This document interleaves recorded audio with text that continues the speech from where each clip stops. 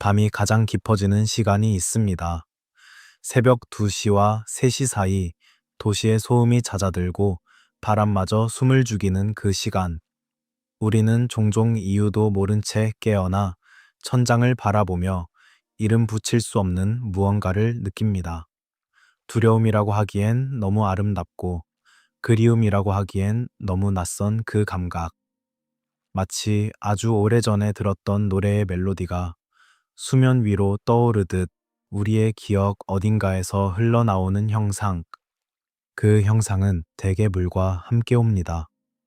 검고 깊은 물, 달빛이 부서지는 파도, 그리고 그 아래 어딘가에서 들려오는 듯한 목소리. 아름답지만 두렵고 가까이 가고 싶지만 가까이 가서는 안 될 것 같은 부름. 인류는 아주 오랜 옛날부터 그 형상을 알고 있었습니다. 어떤 문명은 그녀를 세이렌이라 불렀고 어떤 민족은 루살카라 불렀으며 또 다른 이들은 그저 물의 어머니, 시면의 딸이라 불렀습니다. 그녀가 어디에서 왔는지, 왜 그토록 많은 문화가 서로를 알지 못하면서도 그녀를 기억했는지 아무도 완전히 설명하지 못했습니다. 오늘 밤 우리는 그 질문 안으로 천천히 걸어 들어갈 것입니다. 서두르지 않아도 됩니다. 이 이야기는 결론보다 분위기로 먼저 당신에게 닿을 것입니다. 마치 오래된 도서관에 먼지 쌓인 책장 사이를 거닐 듯, 마치 폐허가 된 해안 도시의 돌계단을 내려가듯 우리는 함께 이 질문을 따라 걸을 것입니다. 당신이 잠들어가는 동안에도 이 이야기는 계속될 것입니다. 꿈의 경계에서 신화와 기억이 만나는 그 자리에서 고대 세계에서 바다는 단순한 물리적 공간이 아니었습니다. 지금 우리가 지도에서 파란색으로 칠한 그 영역, GPS가 좌표를 찍어주는 그 수면이 아니었습니다. 고대인에게 바다는 문명의 끝이었습니다. 인간의 손길이 닿지 않은 곳, 아직 이름이 붙지 않은 생명들이 살아가는 곳, 공포와 신성이 하나로 뒤엉킨 시면. 어부들은 매일 아침 그 경계선 앞에 서서 오늘도 돌아올 수 있기를 조용히 빌었고, 제사장들은 그 깊이를 설명하기 위해 신화를 만들었습니다. 왕들은 그 너머를 정복하려 했지만 끝내 정복하지 못했습니다. 바다는 언제나 인간보다 오래, 인간보다 깊었습니다. 그리고 바로 그 바닷속에서 아름다운 여성의 형상이 노래하고 있었습니다. 이 이야기는 현대 인터넷의 음모론에서 시작되지 않습니다. 유튜브 영상이나 소셜미디어의 이상한 가설에서 나온 것도 아닙니다. 우리가 오늘 밤 따라갈 길은 훨씬 더 오래되고 훨씬 더 깊은 곳에서 시작됩니다.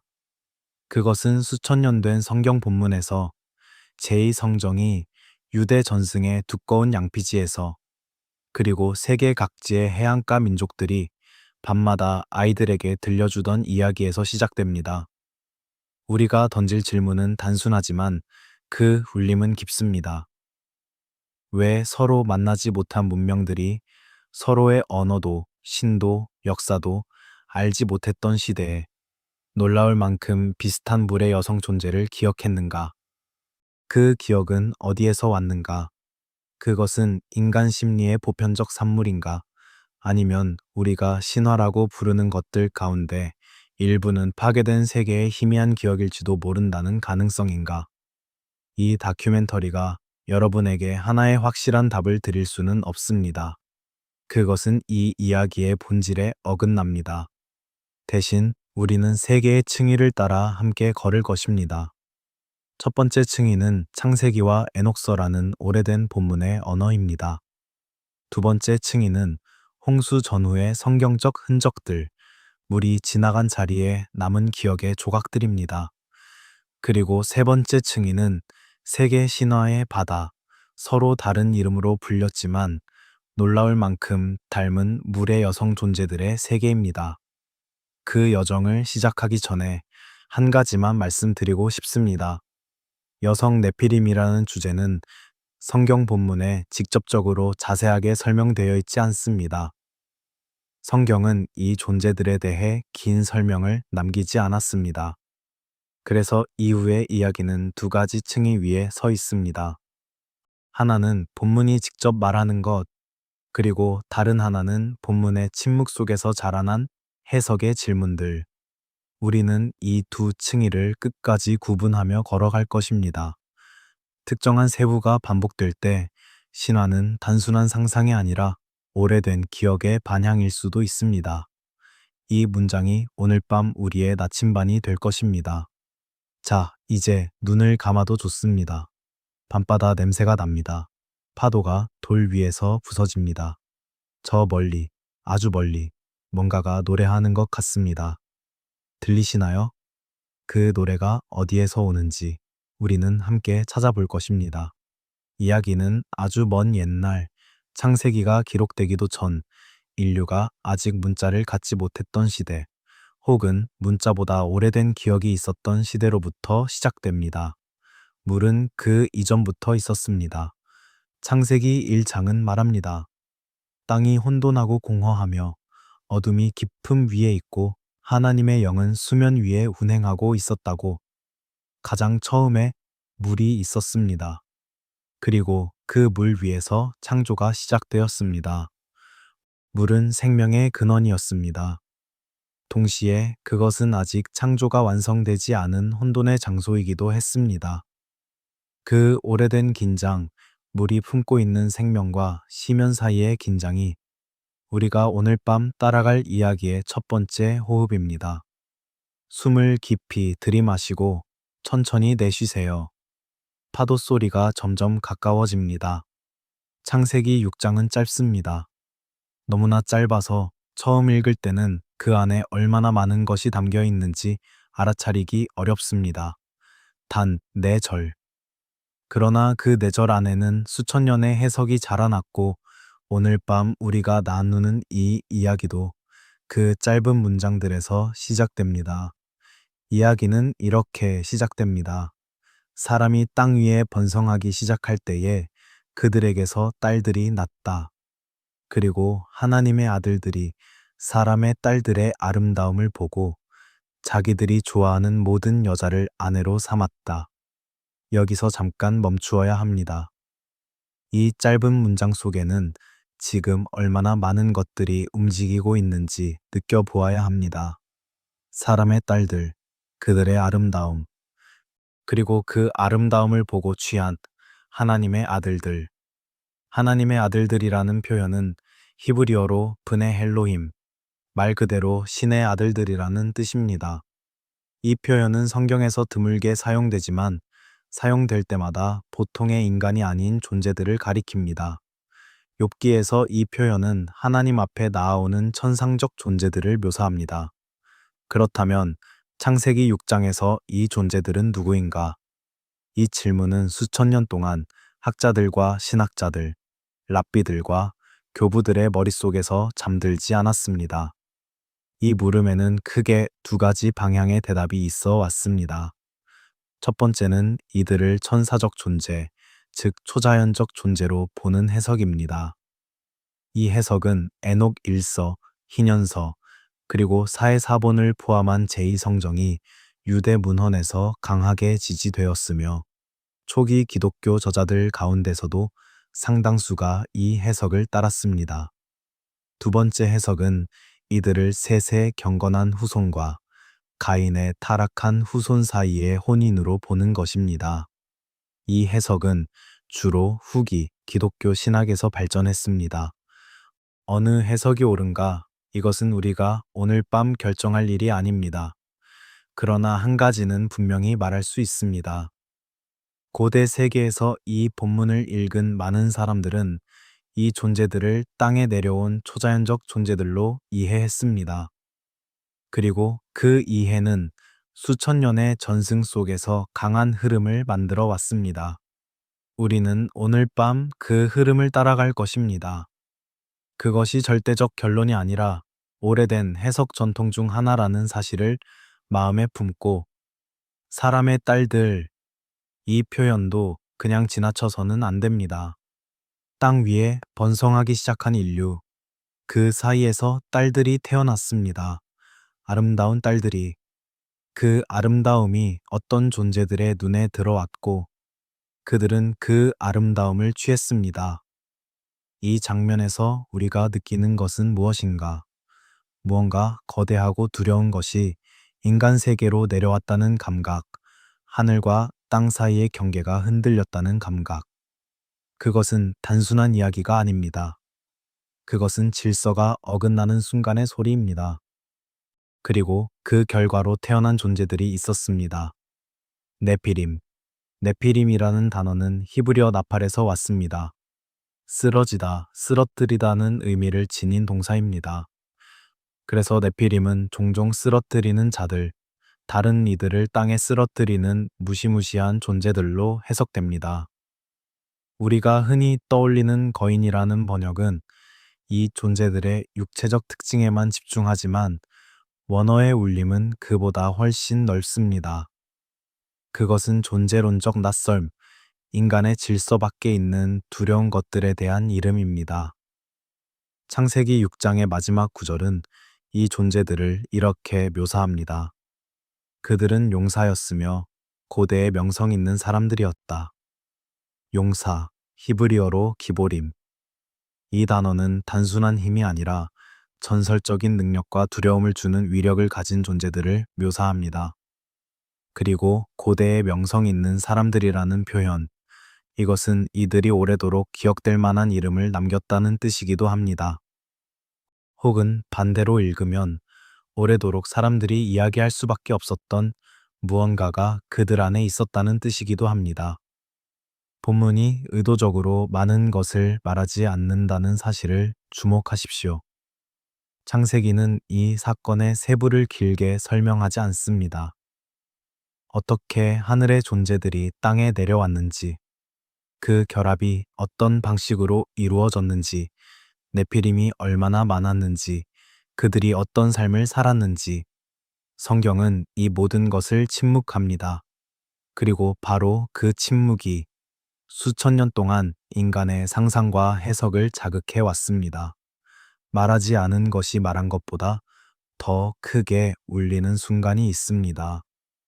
창세기 6장이 바로 그런 본문입니다. 유다서 6절은 이런 표현을 사용합니다. 자기의 지위를 지키지 아니하고 자기의 처소를 떠난 천사들. 베드로 후서의 언어는 또 다릅니다. 범죄한 천사들을 용서하지 아니하시고 지옥에 던져 어두운 구덩이에 두어 심판 때까지 지키게 하셨다. 이 구절들이 창세기 6장과 직접적으로 연결된다고 확신하는 것은 섣부르지만 적어도 창세기의 짧은 문장이 후대 유대 기독교 상상력 속에서 어떤 확장성을 얻었는지는 분명히 보여줍니다. 하늘에 속한 존재들이 자신의 처소를 떠났다는 이미지, 경계를 넘었다는 이미지는 이 전통 속에서 계속 울려왔습니다. 아름다움을 보고 취했다. 이 구절을 다시 한번 생각해 봅니다. 욕망, 그리고 경계의 붕괴. 보이는 것이 마음을 움직이고 움직인 마음이 넘어서는 안 될 선을 넘습니다. 이 구조는 에덴 동산에서도 반복됩니다. 그것을 보니 아름답고 먹음직도 하고 눈이 먼저 움직이고 욕망이 따라가고 경계가 무너집니다. 창세기는 이 구조를 2번 반복합니다. 에덴의 첫 번째 경계 붕괴, 그리고 창세기 6장의 2번째 경계 붕괴, 하늘과 땅 사이의 경계, 하나님이 구분하신 존재의 질서, 그것이 흔들리는 소리가 창세기 6장의 짧은 문장 안에서 낮게 울립니다. 그리고 그 균열 이후에 홍수가 옵니다. 이것은 우연한 배치가 아닙니다. 창세기의 편집자들은 이 사건을 노아와 방주, 그리고 홍수 이야기의 바로 앞에 놓았습니다. 홍수는 단지 인간의 일반적인 악행에 대한 심판만이 아닐 수 있다는 뜻입니다. 그보다 앞선 어떤 비정상적 사건, 하늘과 땅의 경계가 무너진 사건의 결과로 홍수를 읽을 여지가 있습니다. 물론 이것은 해석의 가능성이지 본문이 직접 말하는 결론은 아닙니다. 그러나 그 가능성은 창세기가 우리에게 남겨준 중요한 질문입니다. 본문은 짧지만 후대 전승은 이 침묵을 채우려 했습니다. 그 체험의 시도 중 가장 방대하고 가장 생생하고 가장 오래된 것이 에녹서입니다. 그리고 우리는 이제 그 책으로 넘어갑니다. 하지만 서두르지 마세요. 에녹서의 세계는 한 번에 들어갈 수 없는 곳입니다. 마치 깊은 숲처럼 그 안으로 걸어 들어가려면 먼저 눈이 어둠에 적응해야 합니다. 잠시 눈을 감으세요. 밤바람 냄새, 이번에는 산 냄새가 납니다. 높고 차갑고 오래된 산, 헤르몬산. 눈 덮인 봉구리가 별빛을 받아 희미하게 빛납니다. 그리고 그 산 위에서 무언가가 내려오고 있습니다. 에녹서를 처음 접하는 분들을 위해 먼저 이 책이 어떤 위치에 있는지 말씀드려야 할 것 같습니다. 에녹서, 공식적으로는 제일 에녹서 또는 에녹일서라고 불리는 이 문헌은 현재 대부분의 유대교와 기독교 전통에서 정경으로 인정받지 않습니다. 다시 말해, 성경의 공식적인 일부가 아닙니다. 그러나 이 책이 단순히 무관한 외경이라고 치부하기는 어렵습니다. 에녹 일서는 제2성정이 유대 사상, 즉 기원전 5세기에서 기원 후 1세기 사이의 유대 종교 문화에 깊은 영향을 미친 문헌입니다. 쿰란에서 발견된 사해사본에는 에녹서의 히브리어와 아람에어 단편들이 포함되어 있었습니다. 그리고 유다서는 에녹의 예언을 직접 인용하기도 합니다. 따라서 에녹서는 성경에 밖에 있지만 성경을 읽어온 사람들의 상상세계 안에는 오랫동안 깊이 뿌리 내려 있었습니다. 에녹서를 이해하는 가장 좋은 방법 중 하나는 창세기가 압축된 헤드라인이라면 에녹서는 그 생략된 배경을 장면화한 문헌처럼 읽는 것입니다. 창세기 6장이 몇 문장으로 처리한 사건을 에녹서는 수십 장에 걸쳐 이야기합니다. 어떤 존재들이 내려왔는지, 그들이 무엇을 했는지, 그 결과가 세상에 어떤 영향을 미쳤는지, 물론 에녹서가 역사적 사실을 그대로 기록한 문서라고 단정 짓는 것은 무리입니다. 그러나 에녹서가 아주 오래된 전승들을 보존하고 있으며 그 전승이 창세기 6장을 초대 독자들이 어떻게 이해했는지를 반영한다는 점은 충분히 의미 있습니다. 에녹서가 그리는 장면으로 들어가 봅니다. 하늘에 감시자들이 있었습니다. 히브리어로 이림, 깨어있는 자들 혹은 지켜보는 자들이라는 뜻입니다. 그들은 이름이 있었습니다. 아자젤, 세미아자, 샴시엘, 사라카엘, 그리고 다른 많은 이름들. 그들은 인간 세계를 바라보았습니다. 그리고 에녹서에 따르면 그들은 인간의 딸들을 보았고 그 아름다움에 끌렸습니다. 이것은 창세기 6장의 직접적 반향입니다. 그들은 단순한 충동으로 행동하지 않았습니다. 에녹서는 그들이 서로 모였다고 그리고 맹세를 맺었다고 말합니다. 헤르몬산, 그 높은 정상에서 우리는 모두 함께 내려가자. 아무도 뒤로 물러서지 말자. 우리가 이 일을 함께 맹세하고 저주로 서로를 묶자. 아무도 혼자 행동하다가 혼자 책임을 지는 일이 없도록. 그들은 함께 내려가기로 했습니다. 그것이 에녹서가 묘사하는 헤르몬산의 맹세입니다. 이 장면의 공포를 잠깐 느껴보세요. 단 하나의 존재가 실수를 저지르는 것이 아닙니다. 수많은 존재들이 의도적으로 함께 맹세를 나누고 집단으로 경계를 넘습니다. 에녹서는 그 숫자를 200이라고 기록합니다. 200명의 감시자들이 헤르몬산에서 맹세를 맺고 땅으로 내려왔습니다. 이 숫자가 주는 공포는 단지 규모의 문제가 아닙니다. 그것은 집단적 이탈, 조직적 반역의 공포입니다. 질서가 어긋나는 것이 아니라 질서 자체를 무너뜨리려는 의지가 있었다는 공포. 그들은 내려왔습니다. 그리고 인간 여성들과 결합했습니다. 그 결과 에녹서에 따르면 거대한 자손들이 태어났습니다. 에녹서는 이들의 키를 수천 규빗이라고 묘사합니다. 물론 이것을 문자 그대로 받아들이는 것은 어렵습니다. 그러나 숫자의 과장 너머에서 에녹서가 말하려는 것은 분명합니다. 이 존재들은 인간이 아니었습니다. 인간의 질서 안에 있는 존재가 아니었습니다. 그들은 하늘과 땅의 혼합으로 태어난 이름 붙이기 어려운 것들이었습니다. 그리고 이 혼합의 자손들이 땅 위에서 무엇을 했는지 에녹서는 어두운 그림자처럼 묘사합니다. 그들은 먹었습니다. 많이, 너무 많이. 인간의 식량이 부족해졌고 그들은 동물을 먹기 시작했으며 마침내 에녹서는 그들이 인간을 해쳤다고 말합니다. 창조 질서의 균열은 단지 경계 붕괴에서 끝나지 않았습니다. 그것은 소비하고 파괴하는 힘으로 번져나갔습니다. 그러나 에녹서에서 더 놀라운 것은 감시자들이 자손만을 남긴 것이 아니라는 점입니다. 그들은 지식도 가져왔습니다. 에녹서는 각각의 감시자들이 서로 다른 종류의 금지된 지식을 인간에게 가르쳤다고 말합니다. 아자젤은 금속을 가공하는 법을 가르쳤고, 칼과 방패를 만드는 법을, 장신구와 화장품을 만드는 법을, 다른 이들은 마법을 가르쳤고, 약초의 힘을 가르쳤으며, 별의 움직임을 읽는 법을 가르쳤습니다. 여기서 잠깐 멈춰야 합니다. 지식 자체가 나쁜 것인가?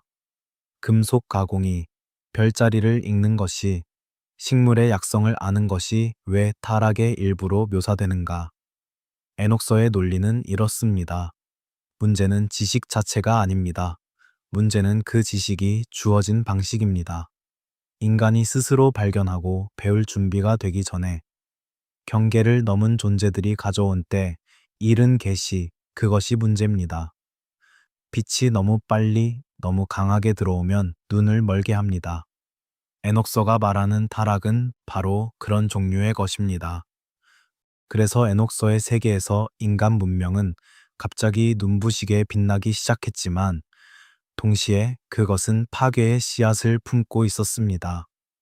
칼을 만드는 법을 아는 자들이 더 쉽게 서로를 죽일 수 있었고 아름다움을 만드는 법을 아는 자들이 더 깊은 욕망에 빠질 수 있었으며 별을 읽는 법을 아는 자들이 그 힘을 마법과 지배에 사용할 수 있었습니다. 에녹서의 세계는 너무 빠르게 균열에서 붕괴로 향했습니다. 에녹이라는 인물이 이 모든 이야기 속에 조용히 서 있습니다. 창세기는 그에 대해 단 두 문장으로 이야기합니다. 에녹은 하나님과 동행하더니 하나님이 그를 데려가심으로 세상에 있지 아니하였더라. 죽음도 무덤도 없습니다. 단지 하나님과 동행하다 사라진 사람. 이 파국의 시대, 땅이 폭력으로 가득 차고 창조 질서가 무너지던 그 시대에 한 사람이 조용히 하나님과 걷고 있었습니다. 에녹서는 그를 이 혼돈의 목격자이자 기록자로 묘사합니다. 그는 천상과 지상 사이를 오갔고 감시자들의 심판을 하나님으로부터 받아 그들에게 전했습니다. 에녹은 홍수 이전 세계의 가장 조용하고 가장 신비로운 형상입니다. 그의 침묵 속에, 그가 하나님과 걸었던 그 걸음 속에 무너지는 세계의 한가운데서도 남아있는 어떤 것에 대한 암시가 있습니다. 이제 한 가지 질문을 품고 잠들기 시작하세요. 에녹서가 말하는 감시자들의 자손 가운데 우리는 주로 거인 아들들의 이야기를 들어왔습니다. 힘과 전쟁의 자들. 그런데 만일 그 자손들 가운데 딸들도 있었다면 그들은 어디로 갔을까요? 그들의 이야기는 왜 기록되지 않았을까요? 그 질문이 잠 속에서 천천히 있기를 기다리세요. 파도 소리가 가까워집니다. 헤르몬 산에서 시작된 이야기는 이제 물을 향해 흘러갑니다. 창세기 6장 5절은 이렇게 말합니다. 여호와께서 사람의 죄악이 세상에 가득함과 그의 마음으로 생각하는 모든 계획이 항상 악할 뿐임을 보시고 항상 악할 뿐 이 표현 속에 담긴 절망의 무게를 느껴보세요. 가끔 악한 것이 아닙니다. 모든 것이 항상 악할 뿐. 이것은 단순한 도덕적 실패가 아닙니다. 이것은 세계 전체가 어두워진 상태입니다. 들판도, 도시도, 가정도, 재단도, 그리고 인간의 내면까지 모든 것이 피로하고 탁합니다. 창세기 6장 11절은 더 나아갑니다. 그때에 온 땅이 하나님 앞에 부패하여 포악함이 땅에 가득한지라. 부패와 포악함, 히브리어로 샤하트와 하마스. 샤하트는 단지 나쁨이 아니라 본래의 것이 망가지고 파괴된 상태를 뜻합니다. 창조된 것이 창조의 의도에서 멀어진 상태. 그리고 하마스는 폭력, 특히 불의한 폭력, 힘 있는 자가 약한 자를 억압하고 파괴하는 그 힘.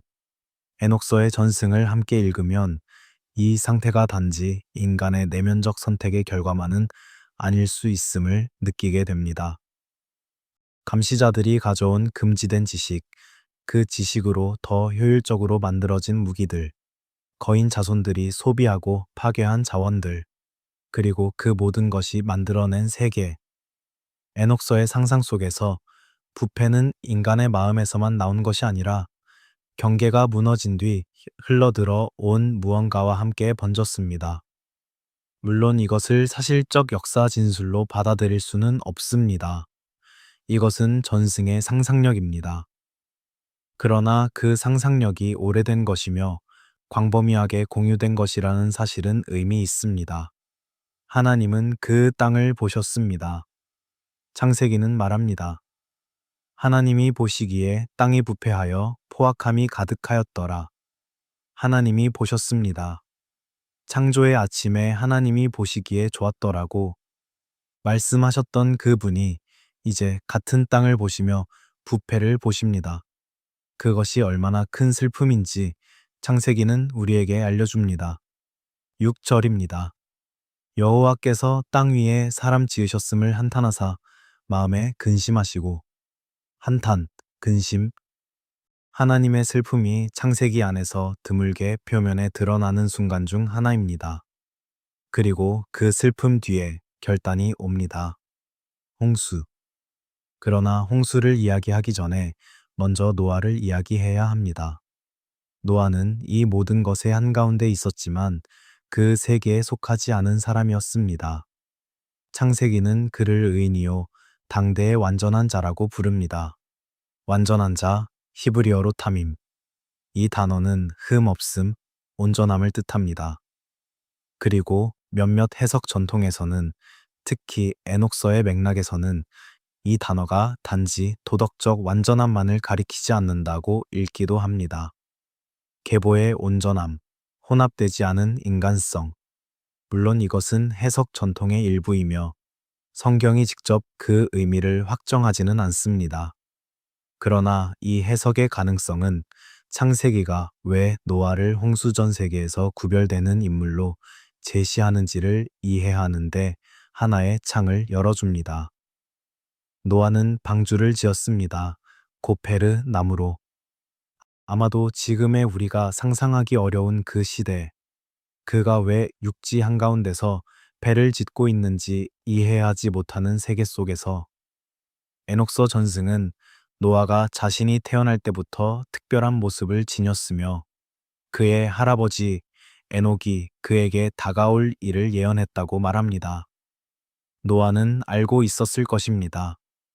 그 망치질의 리듬이 세상의 소음 속에서 얼마나 고독했을지. 그러나 그는 계속 지었습니다. 세상이 폭력과 소음으로 가득할수록 한 사람이 묵묵히 나무를 다듬는 장면은 더 깊은 정적을 만들어냅니다. 망치 소리, 나무 냄새, 그리고 새벽마다 손을 모아 기도하는 한 사람. 그 이미지가 홍수 이야기의 진정한 중심입니다. 그리고 물이 왔습니다.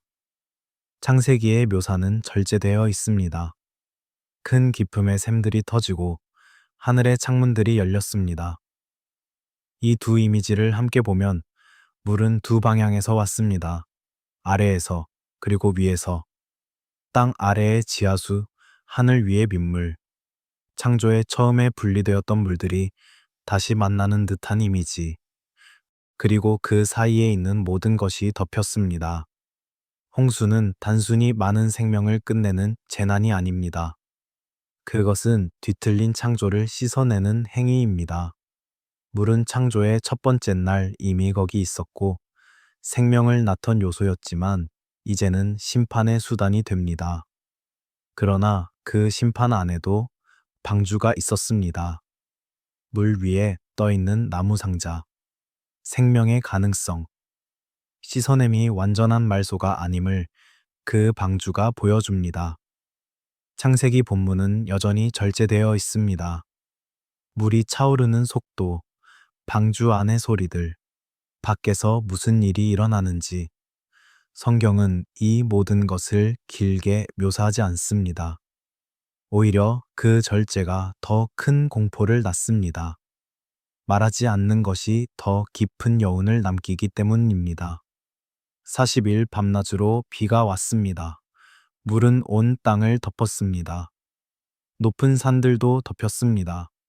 움직이는 모든 것이 죽었습니다. 그리고 물은 150일 동안 땅 위에 있었습니다. 그런데 이 시점에서 잠들기 직전의 그 경계에서 아주 조용히 한 가지 질문이 떠오릅니다. 정말 모두 사라졌는가? 이 물음은 지금 당장 답을 원하는 것이 아닙니다. 그것은 파도가 지나간 뒤에도 바다 밑바닥은 여전히 보이지 않는다는 감각처럼 우리 의식의 가장자리에서 조용히 맴도는 물음입니다. 홍수의 물이 땅을 덮었습니다. 육지에 있는 모든 것이 덮였습니다. 그러나 물 아래는 여전히 알 수 없습니다. 그리고 또 하나의 질문이 이어집니다. 감시자들의 자손들 중에 에녹서가 묘사하는 그 거대한 혼합의 자손들 중에 우리는 주로 아들들의 이야기를 들어왔습니다. 네피림, 기보림, 전사들, 명성 있는 용사들, 남성 계보의 이야기.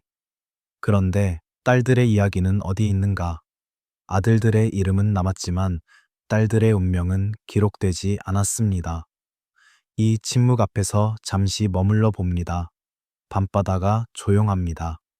물 위로는 모든 것이 잠겼지만 물 아래는 여전히 알 수 없습니다. 그 알 수 없음 속에 기록되지 않은 딸들이 있습니다. 창세기와 에녹서 전승이 네피림의 남성적 이미지, 전사와 거인, 명성 있는 자들에 주목하는 동안 여성 자손에 대해 거의 말하지 않는 침묵 자체가 이제 이야기의 중심이 됩니다. 이 분은 이야기 전체에 가장 조용하면서도 가장 핵심적인 자리입니다. 침묵이 질문이 되는 자리. 침묵은 부재를 뜻하지 않습니다.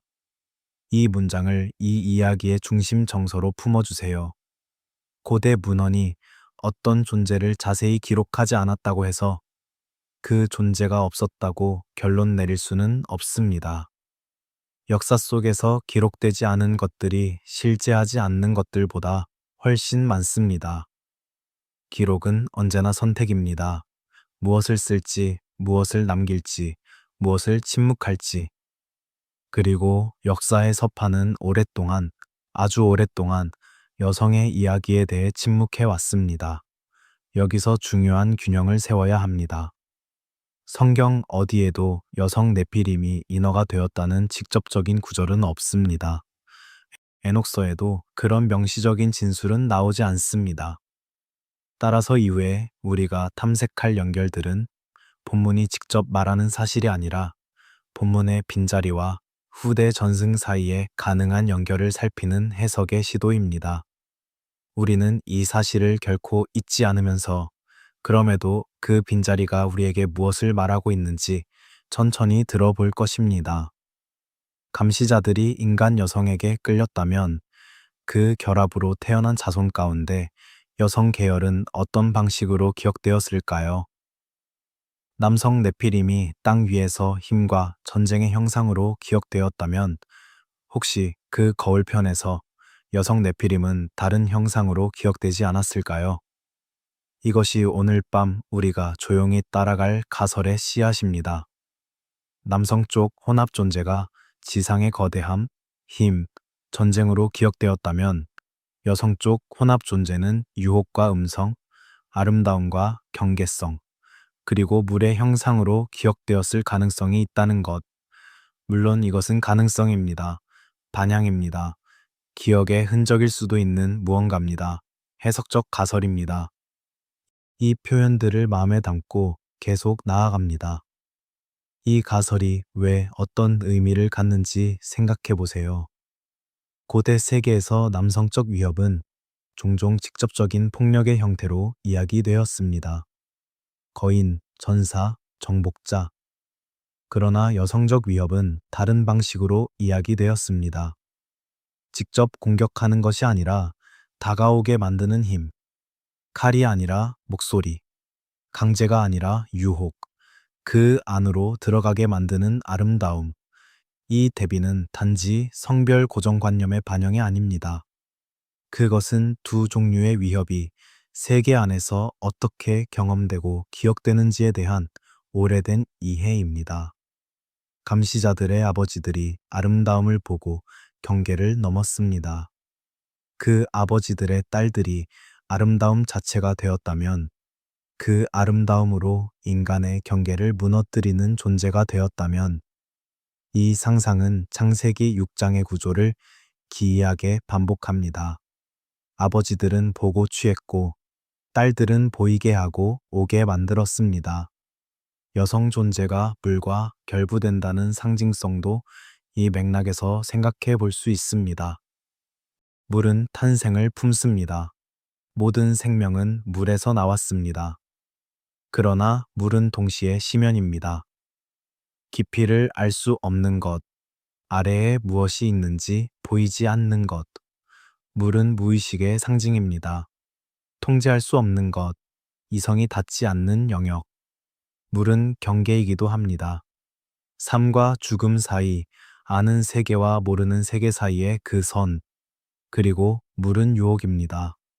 목마른 자를 부르고 더위에 지친 자를 끌어당기며 필요한 자에게 녹아들라고 손짓합니다. 그래서 물의 여성 존재는 이 모든 것을 한꺼번에 담습니다. 탄생과 죽음, 무의식과 경계, 유혹과 소멸이 하나의 형상 안에서 공존합니다. 목소리. 이제 이 모티프를 처음으로 본격적으로 불러옵니다. 칼은 보입니다. 그러나 목소리는 들려옵니다. 칼은 피할 수 있습니다. 그러나 노래는 피할 수 없습니다. 칼의 위협은 이성이 인식합니다. 그러나 노래의 위협은 이성이 마비된 뒤에야 알아챕니다. 그것이 목소리의 힘입니다. 전투의 힘이 아니라 노래의 힘. 강제가 아니라 매혹을 통해 인간을 붙드는 방식. 이것이 여성 네피림 가설의 시적 중심입니다. 그리고 이것이 우리가 다음에 살펴볼 세계의 신화들과 정확히 맞닿아 있는 지점입니다. 세계 여러 해안에서 오래전부터 사람들은 물에서 노래하는 여성의 이야기를 들었습니다. 그 노래가 무엇인지, 그 여성이 어디서 왔는지, 왜 그 노래는 언제나 치명적인지. 아마도 세계는 남성의 거대함보다 여성의 노래를 더 오래 기억했는지도 모릅니다. 이제 해안으로 나가봅니다. 검은 물, 저 멀리서 들려오는 노랫소리. 우리는 지금 그것을 따라가고 있습니다. 홍수 이후 방주가 아라랏 산에 멈추었습니다. 노아가 방주에서 내렸고 제단을 쌓았으며 하나님은 무지개로 약속을 맺으셨습니다. 다시는 물로 온 땅을 심판하지 않겠다고. 세상은 새로 시작되었습니다. 그런데 성경을 계속 읽다 보면 어딘가 불편한 흔적들이 남아 있습니다. 홍수가 모든 것을 끝냈다면 왜 성경 후대 본문에는 다시 거인들이 나타나는가? 이 질문은 단순한 신학적 퍼즐이 아닙니다. 그것은 성경 안에서 우리를 잡아끄는 실, 잡아당길수록 무언가가 풀리기 시작하는 느낌을 주는 실입니다. 민수기 13장을 봅니다. 이스라엘 백성이 가나안 땅을 탐지하러 정탐꾼들을 보냈을 때 그들이 돌아와 이런 보고를 합니다. 거기서 네피림 후손인 아낙 자손의 거인들을 보았나니 우리는 스스로 보기에도 메뚜기 같으니 그들이 보기에도 그와 같았을 것이니라. 네피림. 홍수 이후 수백 년이 지난 시대 이스라엘 정탐꾼들의 입에서 이 단어가 다시 나옵니다. 이 보고를 어떻게 읽어야 하는가? 첫 번째 가능성은 이것이 실제 관찰입니다. 정탐꾼들이 실제로 비정상적으로 큰 체구를 가진 사람들을 보았고 그들의 존재를 설명하기 위해 고대의 전승, 홍수 이전의 기억을 불러왔을 수 있습니다. 두 번째 가능성은 이것이 두려움이 만들어낸 과장입니다. 새로운 땅에 강한 전사들을 마주한 두려움이 그들을 네피림이라는 신화적 범주 안에 넣었을 수 있습니다. 세 번째 가능성은 이 전승이 홍수 이전의 혼합이 어떤 방식으로 이어졌다는 오래된 기억의 흔적일 수 있습니다. 이 세 가능성 중 어느 것이 정확한지 우리는 알 수 없습니다. 성경은 우리에게 그 답을 직접 알려주지 않습니다. 그러나 이 세 가능성이 함께 존재한다는 사실 자체가 성경이 우리에게 열어두는 긴장입니다. 르바임이라는 족속을 들어보셨습니까? 신명기는 이 족속을 거인 족속으로 묘사합니다. 그 침대가 철 침대였는데 길이가 9규빗이요 너비가 4규빗이나 되었다고. 르바임. 이 이름은 히브리어로 죽은 자들 혹은 유령들이라는 의미도 지닙니다. 고대 이스라엘 사람들에게 이 족속은 단지 체격 큰 민족이 아니라 뭔가 정상적인 세계 밖에 있는 존재들이었습니다. 아낙 자손 역시 비슷한 방식으로 기록됩니다. 그리고 바산의 왕 옥은 신명기에 따르면 르바임 족속의 남은 자였습니다. 그리고 골리앗, 우리가 모두 아는 그 이름, 블레셋의 전사, 사울의 군대를 향해 외치던 그 목소리. 사무엘상은 그의 키를 6규빗 한 뼘이라고 기록합니다. 어떤 학자들은 이것이 약 2.8m에서 3m에 이를 수 있다고 계산합니다. 다윗과의 대면 장면에서 골리앗은 단지 큰 전사가 아닙니다. 그는 무언가 정상적인 인간의 질서 바깥에 있는 존재처럼 느껴집니다. 그의 창은 배틀차에 같았고 창날의 무게는 철 600세겔이었습니다. 이제 이 흔적들을 함께 놓아봅니다. 홍수 이후의 성경 세계에서 거인족 속의 전승은 가나안과 그 주변 땅에 반복적으로 나타납니다. 르바임, 아낙 자손, 에밈, 삼숨밈, 그리고 골리앗으로 이어지는 혈통의 흔적들. 이것이 어디에서 왔는가? 몇 가지 설명이 제안되어 왔습니다. 일부 해석자들은 노아의 며느리들의 계보 안에 홍수 이전에 혼합이 남아 있었을 수 있다고 말합니다. 다른 이들은 홍수 이후에도 어떤 방식으로 재발이 있었을 가능성을 언급합니다. 또 다른 이들은 이 전승들이 과장과 문학적 확대를 통해 생겨난 것이라고 설명합니다. 우리는 정확한 답을 알지 못합니다. 그리고 그 모름을 숨기지 않는 것이 중요합니다. 그러나 완전히 지워졌다면 왜 계속 떠오르는가? 이 질문은 사라지지 않습니다. 마치 물속에 가라앉은 것이 다시 해안으로 밀려오듯 인간은 거대한 뼈를 발견할 때, 설명하기 어려운 폐허를 마주할 때, 오래된 두려움과 마주할 때 그것을 설명하기 위해 이야기를 만듭니다. 이 인정은 중요합니다. 모든 전승이 역사적 사실을 직접 반영하는 것은 아닙니다. 이야기는 때로 인간 경험의 심리적 반영이기도 하고 문화적 기억의 변형이기도 하며 공포를 관리하기 위한 서사이기도 합니다. 그러나 동시에 설명하기 위해 이야기를 만드는 행위가 때로는 더 오래된 기억을 담는 그릇이 될 수도 있습니다. 전설은 왜곡이지만 왜곡은 언제나 완전한 허구는 아닐 수 있습니다. 거울에 비친 얼굴은 원래 얼굴과 다르지만 그렇다고 그것이 아무 얼굴도 없다는 뜻은 아닙니다. 성경은 이미 완전한 종교를 어렵게 만드는 흔적들을 남겨두었습니다. 홍수가 지나갔지만 거인의 그림자는 남았습니다. 심판이 왔지만 기억은 남았습니다. 그리고 기억이 남는 곳에는 언제나 이야기도 함께 남습니다. 이제 우리가 물었던 또 하나의 질문으로 돌아가 봅니다. 남성 쪽 흔적이 성경의 전사 서사 속에 이렇게 반복적으로 남아 있다면 여성 쪽 흔적은 어디에 남았는가? 성경 안의 거인들, 민수기와 신명기의 르바임과 아낙 자손, 사무엘의 골리앗, 이것이 한쪽 흔적이라면 다른 흔적은 어디 있는가? 그것을 찾으러 이제 우리는 성경의 해안선을 떠나 세계 신화의 바다로 나아가야 합니다. 돛을 펼칩니다. 바람이 부드럽습니다. 지중해를 건너 대서양을 건너 아프리카의 해안을 따라 유럽의 북쪽 바다를 지나 일본의 해협을 따라 우리는 지금 세계의 바다를 항해합니다. 그리고 그 항해 중에 우리는 놀라운 것을 만납니다. 세이렌의 이야기를 모르는 분은 없을 것입니다. 그러나 우리가 오늘 밤 만날 세이렌은 어쩌면 여러분이 알고 있는 세이렌과 조금 다를지도 모릅니다. 오늘날 우리가 상상하는 세이렌, 물고기 꼬리를 가진 아름다운 인어, 이 이미지는 사실 원래의 세이렌 전승에서 나온 것이 아닙니다. 고대 그리스에서 세이렌은 종종 새의 날개를 가진 존재로 그려졌습니다. 상반신은 여성, 하반신은 새. 어떤 도자기 그림에서는 완전히 새의 형상을 한 채 노래하는 세이렌이 묘사됩니다. 그렇다면 왜 우리는 세이렌을 인어로 알고 있는가? 이것은 긴 역사의 흐름, 여러 문화와 시대를 거치면서 전승이 변형된 결과입니다.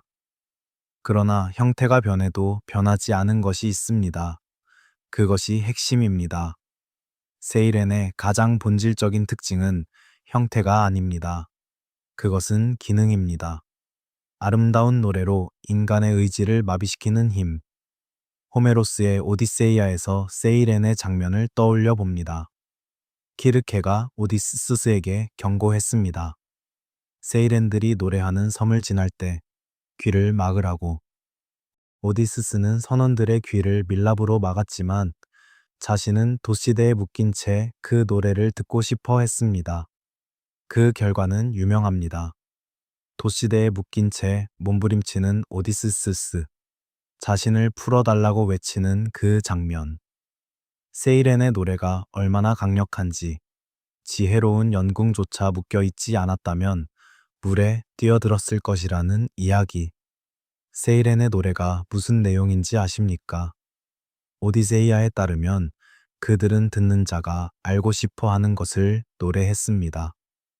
먼 곳의 이야기, 알려지지 않은 비밀, 모든 것을 알 수 있다는 약속, 지식에 대한 갈망, 그것이 세이렌이 이용하는 인간의 취약성이었습니다. 이 모티프가 에녹서의 금지된 지식 이야기와 어딘가 겹쳐 보이지 않습니까? 알아서는 안 되는 것을 알게 해준다는 그 경계를 넘어선 지식의 약속. 오디시스가 가까워질수록 노래는 더 아름다워졌고 더 치명적이었습니다. 그것이 이 다큐 전체의 중심 이미지입니다. 가까이 다가갈수록 더 아름다운 것, 그러나 그 아름다움이 끝나는 곳에 죽음이 기다리는 것, 매혹과 파멸이 같은 노래 안에 들어있는 것, 이제 지중해에서 나와 더 넓은 바다로 나아갑니다. 서아프리카의 해안과 카리브해, 그리고 아프리카 디아스포라의 기억 속에서 살아 숨쉬는 존재, 마미 와타를 만납니다. 마미 와타는 영어로 번역하면 워터 마더, 물의 어머니입니다. 이 존재는 서아프리카 여러 민족, 그리고 노예 무역을 통해 카리브해와 아메리카로 건너간 아프리카 디아스포라 공동체 안에서 수백 년에 걸쳐 살아있는 신앙과 전승을 형성했습니다. 마미 와타는 단순히 하나의 이야기 속 캐릭터가 아닙니다. 그녀는 살아있는 신화이며 많은 공동체에서 지금도 영적 실제로 믿어지는 존재입니다. 마미 와타는 어떤 모습인가? 전통적으로 그녀는 상반신은 아름다운 여성, 하반신은 물고기 혹은 뱀의 형상을 하고 있습니다. 그러나 중요한 것은 외형이 아닙니다. 마미 와타는 풍요를 줍니다. 그녀와 연결된 자는 부와 능력을 얻을 수 있습니다. 그러나 마미 와타는 동시에 위험합니다. 그녀에게 이끌린 자들이 물속으로 끌려 들어가기도 하며 그녀와의 관계는 인간에게 복잡한 의무를 요구합니다. 마미 와타의 복합성은 이 전승이 단순한 공포 이야기가 아님을 보여줍니다. 그녀는 치유자이기도 합니다. 병든 자를 낫게 하는 존재, 영적 힘을 나누는 존재. 동시에 그녀는 불륜과 욕망의 상징이기도 합니다. 그녀에게 매혹된 남성들은 세상의 이익과 그녀 사이에서 선택해야 합니다. 마미 와타는 부와 영적 힘과 아름다움을 약속하지만 그 약속에는 대가가 따릅니다. 이 복합성, 치유와 위험, 풍요와 파멸, 아름다움과 죽음이 한 존재 안에 공존하는 이 구조는 여성 네피림 가설이 단순한 공포 이야기가 아님을 보여줍니다. 그것은 문화적 기억의 그릇이며 인간이 이해할 수 없는 것들과 어떻게 관계를 맺어왔는지에 대한 이야기입니다. 이제 동쪽으로, 아주 동쪽으로 갑니다. 고대 메소포타미아 두 강 사이의 땅, 티그리스와 유프라테스 사이의 충적 평야, 오안네스, 베로소스라는 고대 바빌로니아 사제가 기록한 이 존재는 물에서 나와 인간에게 문명을 가르친 존재입니다. 베로소스의 기록에 따르면 오안네스는 반은 물고기, 반은 인간의 모습을 하고 있었습니다. 그는 낮에는 육지로 올라와 인간들에게 문자와 수학, 도시 건설의 기술, 농사법을 가르쳤고 밤에는 다시 바다로 돌아갔습니다. 물에서 온 비인간적 존재가 지식을 가져왔다는 이야기. 이 구조가 에녹서의 감시자 전승과 묘하게 겹칩니다. 하늘에서 내려온 존재들이 금지된 지식을 가져왔다는 이야기와 물에서 올라온 존재가 문명의 지식을 가져왔다는 이야기. 방향은 다르지만 지식과 비인간적 존재의 결합이라는 구조는 같습니다. 압칼루는 수메르 전승에서 오안네스와 비슷한 역할을 하는 존재들입니다. 일곱 현자, 물의 신 에아가 보낸 반인반어의 현자들. 그들은 홍수 이전 시대에 내려와 인간에게 지혜와 기술을 전했다고 합니다. 홍수 이전 시대, 이 표현이 다시 한번 등장합니다.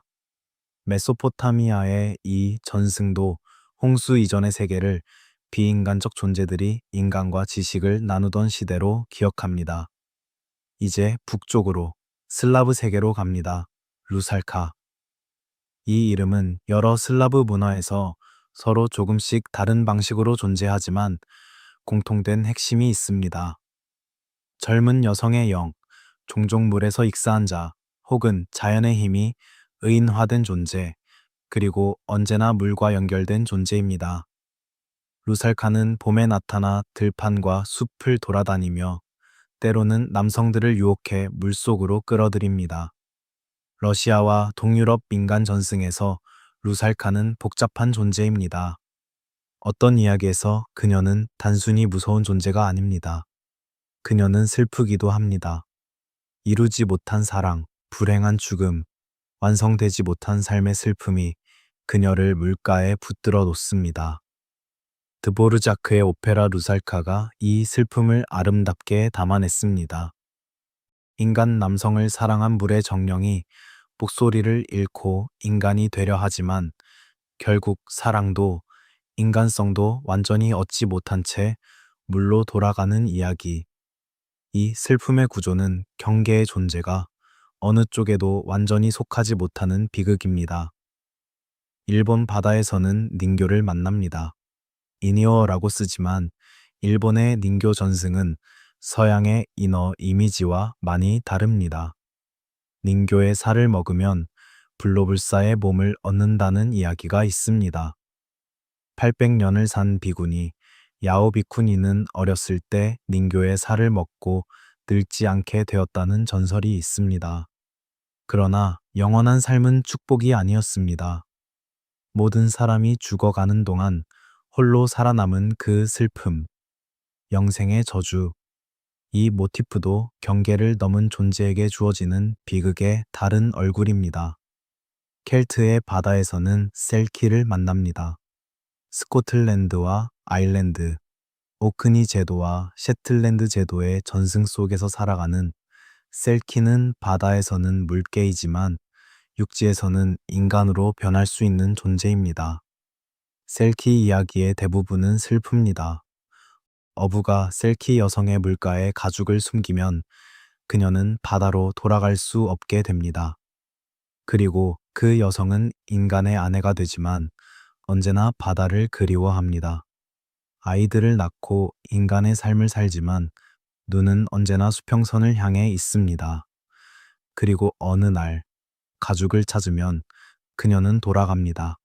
아이들을 두고 이 이야기들을 한자리에 모아봅니다. 세이렌, 마미와타, 오안네스와 압칼루, 루살카, 닌교, 셀키. 이들은 서로 다른 문화에서 서로 다른 시대에 서로 다른 언어로 태어났습니다. 그러나 공통된 음악이 있습니다. 여성, 물, 아름다움, 노래 혹은 목소리, 죽음 혹은 사라짐, 그리고 경계 넘기. 이 문화들이 서로 영향을 주고받았다고 설명하기 어려운 경우가 많습니다. 서아프리카의 마미와타와 일본의 닌교 사이에 어떤 직접적인 전파의 경로가 있었을까요? 슬라브의 루살카와 그리스의 세이렌이 직접 연결되어 있다고 말하기는 어렵습니다. 그러나 그 모든 곳에서 물과 여성성, 아름다움과 경계성, 유혹과 죽음이 만나는 이야기가 반복됩니다. 이것이 보편 심리의 반영인가? 인간이 바다라는 미지의 공간에 여성적 형상을 투사하는 경향. 이것은 충분히 설득력 있는 설명입니다. 심리학적으로 인간은 통제할 수 없는 것에 형상을 부여하고 두려움을 인격화하며 욕망과 공포를 하나의 이미지 안에 담습니다. 바다는 그 모든 것의 완벽한 저장소입니다. 그러나 혹시 다른 설명도 가능하지 않을까요? 혹시 홍수 이전 세계의 딸들은 이름을 잃은 채 여러 문화의 해안에 다른 이름으로 떠밀려 왔던 것은 아닐까요? 이 질문을 품고 별빛 아래 바다를 바라봅니다. 수평선 너머로 노랫소리가 들려오는 것 같습니다. 이제 다시 성경 안으로 들어가지만 이번에는 다른 층입니다. 조금 더 깊은 층, 성경의 시적이고 상징적인 언어가 사는 곳으로. 고대 히브리어 성경에서 바다는 단순한 지리적 요소가 아닙니다. 그것은 상징의 언어입니다. 창조 이전 혼돈의 물, 깊음이라는 뜻의 태움. 이 단어는 창세기 1장, 이 절에서 처음 등장합니다. 어둠이 깊음 위에 있고 태움은 단지 깊은 물이 아닙니다. 그것은 창조 이전의 혼돈, 아직 질서가 부여되지 않은 상태, 무한하고 경계 없는 심연입니다. 하나님의 창조는 이 태움 위에서 시작되었고 창조는 태움의 경계를 부여하는 행위였습니다. 이사야 34장 14절. 선지자는 에돔의 황폐해진 땅을 묘사하면서 이런 이름을 부릅니다. 릴리트. 영어 성경들은 이 단어를 번역하는데 상당한 어려움을 겪었습니다. 어떤 번역은 밤의 새라고 옮겼고, 어떤 번역은 밤의 짐승, 어떤 번역은 밤의 유령이라고 옮겼습니다. 그리고 몇몇 번역들은 그 이름 그대로 릴리트라고 남겨두었습니다. 릴리트라는 이름 자체는 히브리어 리일, 즉 밤에서 왔습니다. 밤의 존재. 그리고 후대의 유대 전승 안에서, 특히 탈무드와 미드라시의 전통 안에서 릴리트는 아담의 첫 번째 아내라는 이야기로 발전했습니다. 이브 이전에 아담과 동등하게 만들어진 여성, 그러나 그 동등함을 인정받지 못하고 에덴을 떠난 여성, 그리고 밤의 공기 속에서 떠돌며 신생아와 남성들을 위협하는 존재가 된 여성. 이 이야기는 성경 어디에도 직접 나오지 않습니다. 그것은 후대 전승이 이사야 34장의 한 단어 주변에 만들어낸 상상입니다.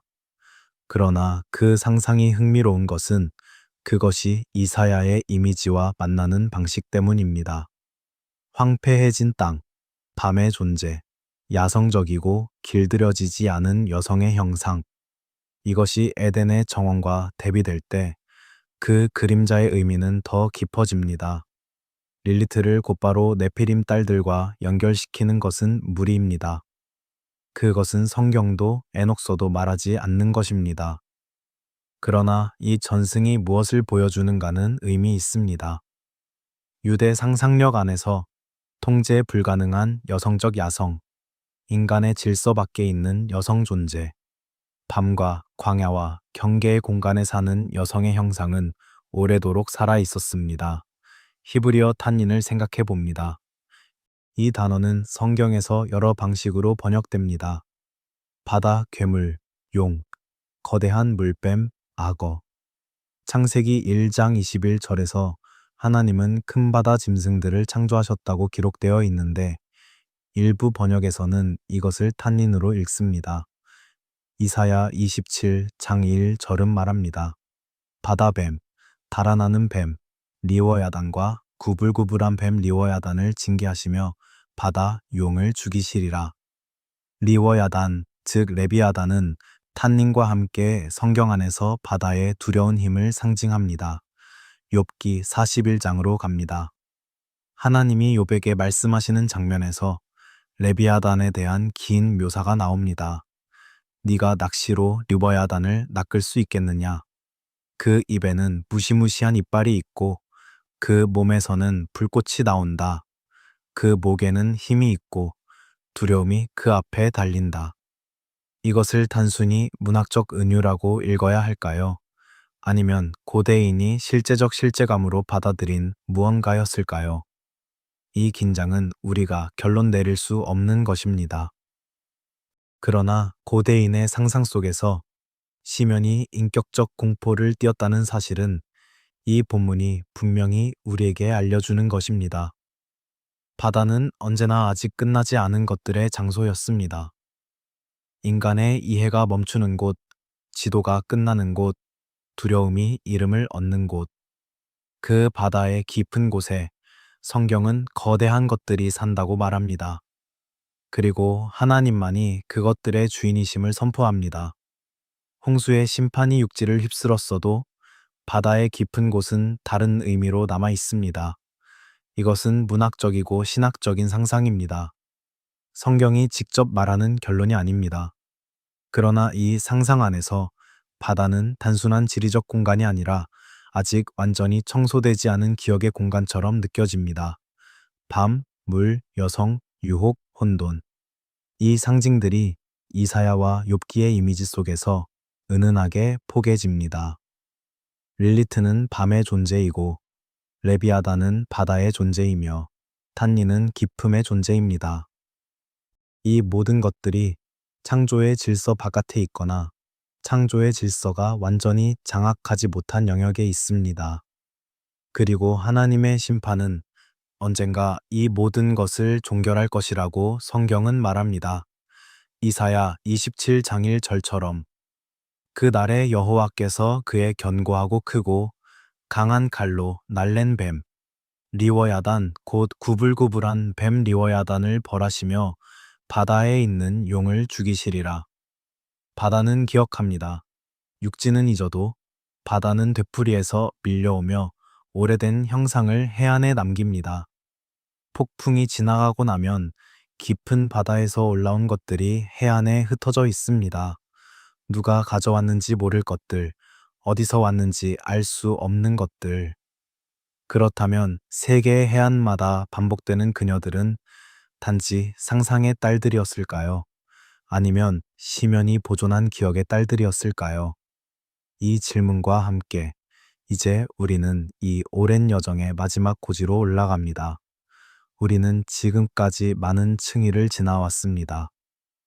창세기 6장의 짧고 무거운 균열, 에녹서 감시자들의 헤르몬산 맹세와 하강, 홍수 이전 세계의 부패와 물의 심판, 기록되지 않은 딸들의 침묵, 홍수 이후에도 반복되는 거인의 그림자, 세계 신화의 바다에서 만난 물의 여성 존재들, 그리고 성경의 시면과 밤의 상징들, 이 모든 층위가 지금 우리 앞에 천천히 원형을 이루며 모여 있습니다. 이제 가장 중요한 이야기를 해야 할 시간입니다. 그것은 정직함에 대한 이야기입니다. 여성 네피림이 곧 인어였다. 이 문장은 성경에 없습니다. 에녹서에도 직접 나오지 않습니다. 창세기 어디에서도, 제2성경이 문헌 어디에서도 우리는 이 연결을 직접 진술하는 구절을 찾을 수 없습니다. 이것은 이 이야기가 무의미하다는 뜻이 아닙니다. 오히려 정반대입니다. 이 사실을 인정하는 것이 이 이야기를 더 진지하게 대하는 방식입니다. 그렇다면 왜 이 가설은 그토록 강한 매혹을 지니는가? 그 답을 찾으려면 두 가지를 함께 봐야 합니다. 첫 번째는 신화의 구조입니다. 두 번째는 기억의 본성입니다. 남성 네피림은 힘과 거대함으로 기억되었습니다. 에녹서는 그들의 신장을, 그들의 식욕을, 그들의 폭력을 묘사합니다. 민수기의 정탐꾼들은 그들을 거인이라 불렀고 이스라엘 전사들은 그들과 싸웠습니다. 그들은 땅 위에서 힘으로 기억되었습니다. 그렇다면 여성 계보는? 성경은 침묵합니다. 에녹서도 직접 말하지 않습니다. 그러나 우리가 세계 신화의 바다를 항해하며 발견한 것들을 다시 봅니다. 세이렌, 마미와타, 루살카, 셀키, 닝교. 그들은 모두 여성이고 모두 물과 연결되어 있으며 모두 아름다움을 통해 인간을 끌어당기고 모두 경계를 넘게 만드는 힘을 가지고 있습니다. 그 패턴이 놀라울 만큼 일관됩니다. 서로 만난 적 없는 문화들에서 이 일관성이 단순히 인간 심리의 보편적 반영이라고 설명하기에는 세부가 너무 구체적입니다. 아름다운 여성, 물, 노래, 유혹, 죽음. 이 다섯 요소의 결합이 왜 이렇게 반복되는가?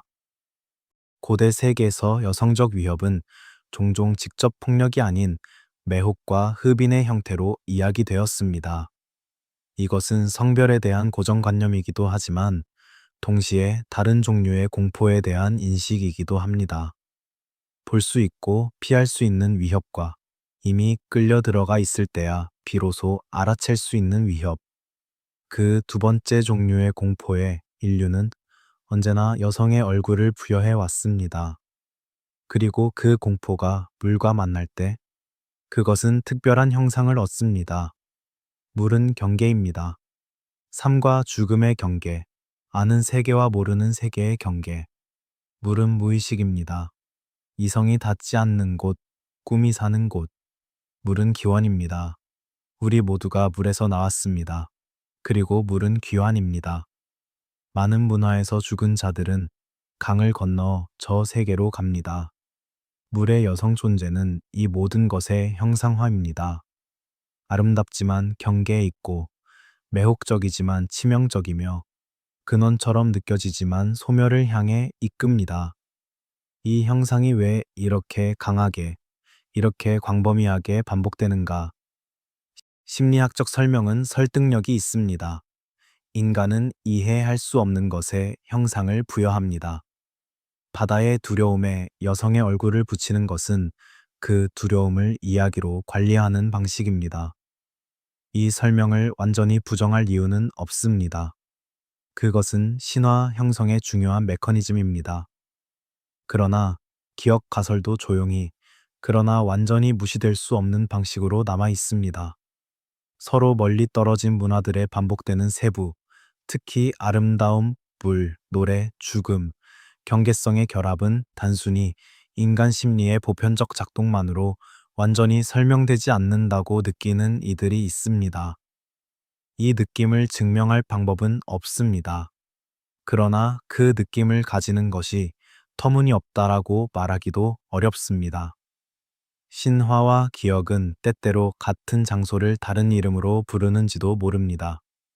세이렌의 노래와 루살카의 슬픔, 마미와타의 복합성과 닌교의 영원한 삶, 이 모든 이야기들이 같은 원형적 기억의 변형이라면, 그 기억이 아주 오래된 것이라면, 창세기 6장이 짧게 말하고 에녹서가 길게 이야기한 그 세 개의 기억이라면, 이것은 증명 가능한 역사적 주장이 아닙니다. 그러나 그것이 이 가설을 의미 없는 것으로 만들지는 않습니다. 여성 네피림 가설은 본문의 침묵 위에 떠오른 가장 시적인 질문입니다. 정답이 아니라 오래된 텍스트를 새롭게 보게 만드는 해석의 창입니다. 그 창을 통해 우리는 창세기 6장을 다시 읽습니다. 에녹서를 다시 읽습니다. 그리고 세계의 해안마다 노래하는 그녀들의 이야기를 다른 눈으로 바라봅니다. 이 다큐멘터리가 말하고 싶은 것은 단순히 괴물 이야기가 아닙니다. 이너 미스터리 영상이 아닙니다. 우리가 오늘 밤 함께 탐색한 것은 더 깊은 질문입니다. 인간은 왜 특정한 형상을 반복해 기억하는가? 신화는 어디에서 오는가? 우리가 이야기라 부르는 것들 안에 역사가 숨어 있을 수 있는가? 바다는 하나의 거대한 기억 장치입니다. 인류가 잊은 것을 신화는 변형하여 보존합니다. 종교는 그것을 상징으로 남기며 문학은 노래로 되살립니다. 그 순환 속에서 아주 오래된 기억들이 완전히 사라지지 않고 살아남습니다. 다른 이름으로, 다른 해안에서, 다른 언어로. 창세기 6장의 균열에서 시작된 이야기가 세계의 모든 바다에 닿아 있다는 생각. 그 생각이 완전히 틀렸다고 말할 수 없는 무언가가 반복되는 신화 패턴 속에 남아 있습니다. 이제 마지막 문이 앞에 있습니다. 요한계시록의 마지막 풍경으로, 모든 기억이 마침내 닫히는 곳으로. 성경의 마지막 책, 요한계시록 21장 1절. 또 내가 새 하늘과 새 땅을 보니 처음 하늘과 처음 땅이 없어졌고 바다도 다시 있지 않더라. 바다도 다시 있지 않더라. 이 구절을 처음 읽을 때 우리는 단순한 지리적 진술처럼 지나치기 쉽습니다. 새 창조에서 바다가 없어진다는 것. 그러나 이 밤 우리가 지나온 모든 길을 거쳐 이 구절에 도달할 때 그 무게가 다르게 느껴집니다. 우리는 창세기 1장에서 출발했습니다. 어둠이 깊음 위에 있고 태홈, 창조 이전의 혼돈의 시면. 그 물 위에서 하나님의 영이 운행하시며 창조가 시작되었습니다. 바다는 처음부터 있었습니다. 창조와 함께 태어났지만 그것은 길들여진 것이었지 사라진 것이 아니었습니다. 그리고 창세기 6장에서 그 기쁨의 샘들이 다시 터졌습니다. 홍수, 창조의 물이 심판의 물이 되는 순간 우리는 그 물을 지나왔습니다.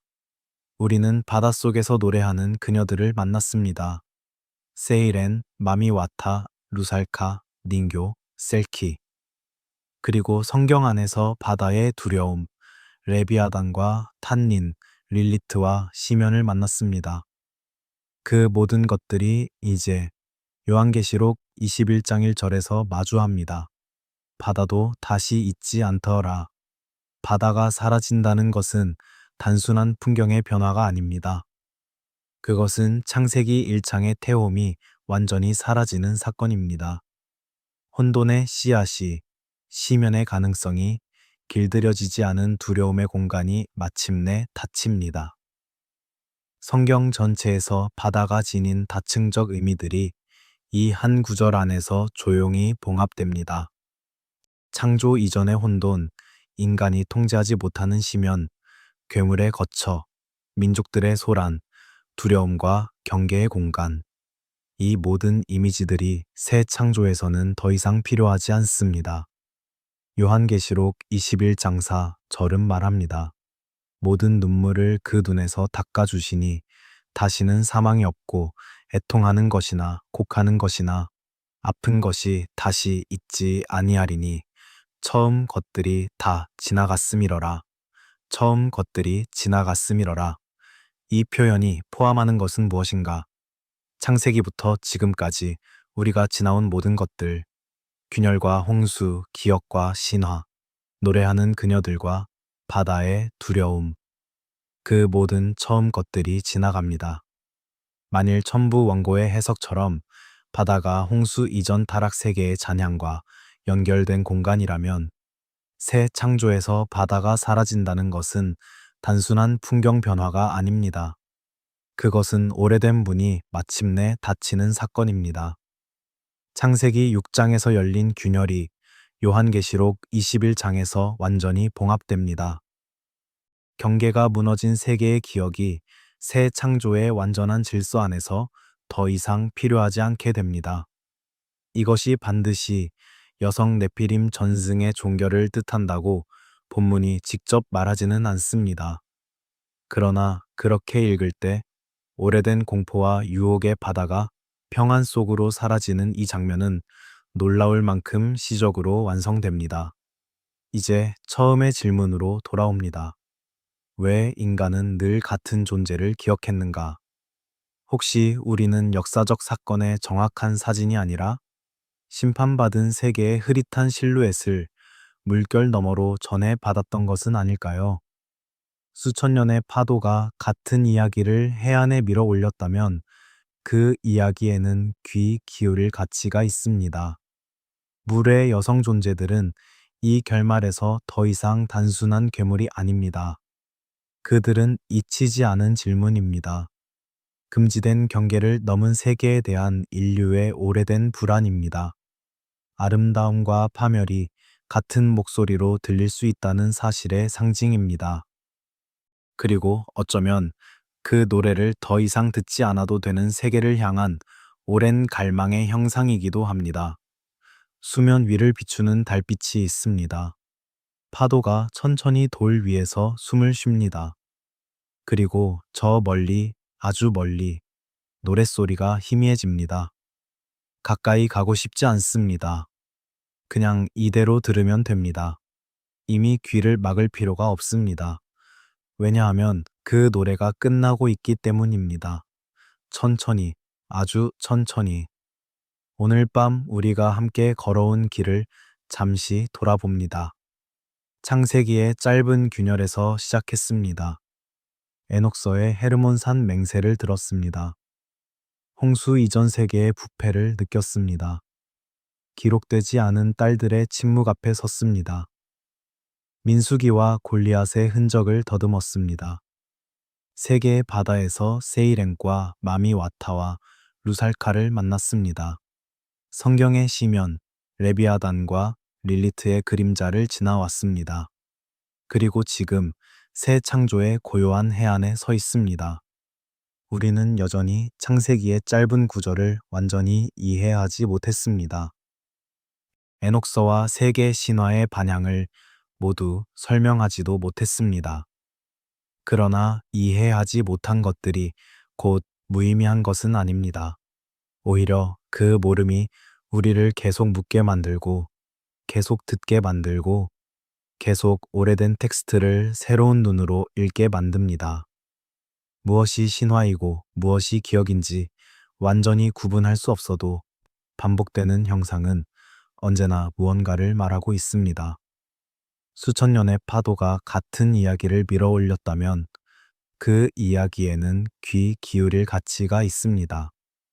그리고 새 하늘과 새 땅에서는 그 오래된 바다도 그 바다가 품었던 두려운 노래도 더 이상 우리를 부르지 않을 것입니다. 이야기는 언제나 신전에서 시작되지 않습니다. 왕의 비문에서 시작되지 않고 사제의 두꺼운 양피지 위에서 시작되지 않습니다. 가장 오래 살아남은 이야기들은 대부분 더 낮고 더 조용한 자리에서 태어났습니다. 강가의 작은 마을, 안개가 거치지 않는 늪지 근처의 낡은 집들, 바닷가 어촌의 금을 손질하는 손길 사이에서 달빛 아래 빨래를 하던 여인들이 서로에게 속삭이던 그 목소리 안에서 오늘 밤 우리는 잠시 거대한 문명의 서사에서 내려와 그보다 낮은 곳으로 걸어 들어갑니다. 호메로스의 서사시도 에녹서의 우주론도 아닌 곳으로 이름 없는 할머니가 손주의 손을 잡고 물가에서 끌어당기며 속삭였던 그 경고의 자리로 거기에도 그녀들이 있었습니다. 신화가 문명의 중심부에서 체계적인 이야기로 기록되었다면 민속은 그 주변부에서 더 오래, 더 끈질기게 숨 쉬었습니다. 신전의 사제는 교리를 정비하고 이야기를 다듬지만 강가의 어머니는 그런 것을 생각하지 않습니다. 그녀는 그저 알고 있습니다. 밤에 저 물가에는 가지 말라고, 물소리가 노래처럼 들리면 더욱 조심하라고. 왜 그런지는 설명하지 않습니다. 설명하지 않아도 아이는 알아들었습니다. 그 목소리에 담긴 것이 단순한 안전교육이 아님을 몸이 먼저 알아챘습니다. 이 경고들은 세계 어디에나 있습니다. 문자 기록이 없는 곳에도, 신학 체계가 없는 곳에도, 어린아이들에게는 특정 강가에 가까이 가지 말라 했고, 젊은 남자들에게는 밤의 물소리를 따라가지 말라 경고했습니다. 혼자서 호수를 건너지 말라 했고, 안개 낀 늪지 근처에서는 노랫소리가 들려도 멈추지 말라 했습니다. 이 패턴은 민속 연구자들이 수십 개의 문화권에서 공통적으로 발견하는 것입니다. 세부는 다르지만 경고의 방향은 놀라울 만큼 같습니다. 물, 밤, 아름다운 소리, 그리고 그것을 따라가면 돌아오지 못한다는 이야기. 이 경고들이 단순한 익사 사고 예방을 위한 것이었을까요? 깊은 물의 위험, 예측할 수 없는 조류, 안개 속 방향 감각의 상실. 물론 그런 현실적 위험이 이 이야기들의 씨앗이었을 수 있습니다. 그러나 씨앗 위에서 자라난 나무는 씨앗 이상의 것입니다. 단순한 안전교육이었다면 왜 물가의 위험한 여성에게 그토록 일관된 형상이 부여되었을까요?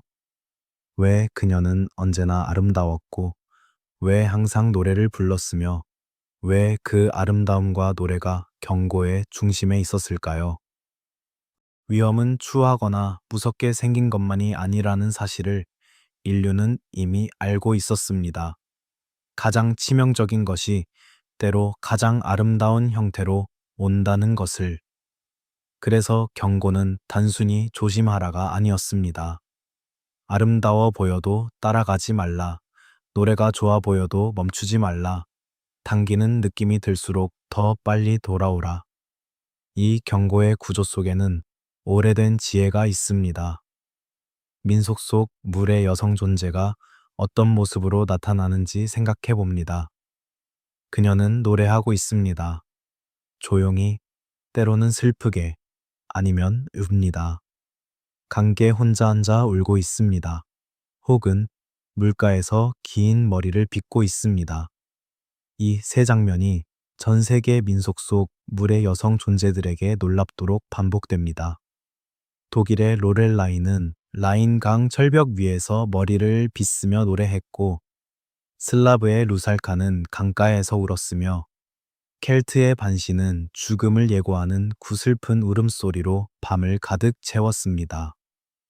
한국의 물귀신 전승에서도, 일본의 수중존재 이야기에서도, 인도의 강의 신부 전승에서도 이 장면들이 반복됩니다. 노래하는 그녀, 우는 그녀, 머리를 빗는 그녀. 이 세 이미지를 하나씩 천천히 살펴봅니다. 노래하는 그녀는 거리를 둔 채 끌어당깁니다. 그녀는 오지 않습니다. 그녀는 당신이 오기를 기다립니다.